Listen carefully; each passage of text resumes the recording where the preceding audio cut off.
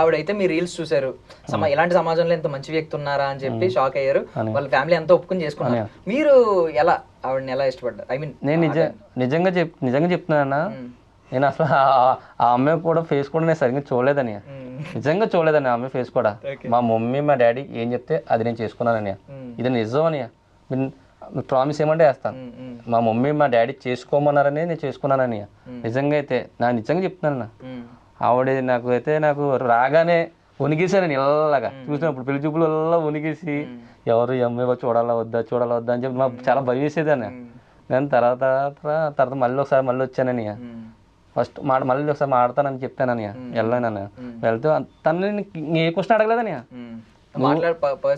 అసలు. నన్ను అయితే ఒకటే అడిగారండి, మా మమ్మీ డాడీని బాగా చూసుకోమని చెప్పారు. ఆయన అడిగింది ఒక్కటే, సో నేను ఎస్ అని చెప్పాను. నేను ఏ అడగలేదని, అదొక్కటే.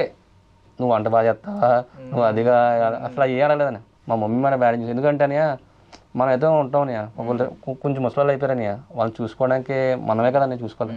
ఎక్కడ ఉండటం నా దేవుడు మన రూపంలో ఉంటారు కదా, పేరెంట్స్ రూపంలోనే అంతే. మా పేరెంట్సే నాకు నా దేవుళ్ళని.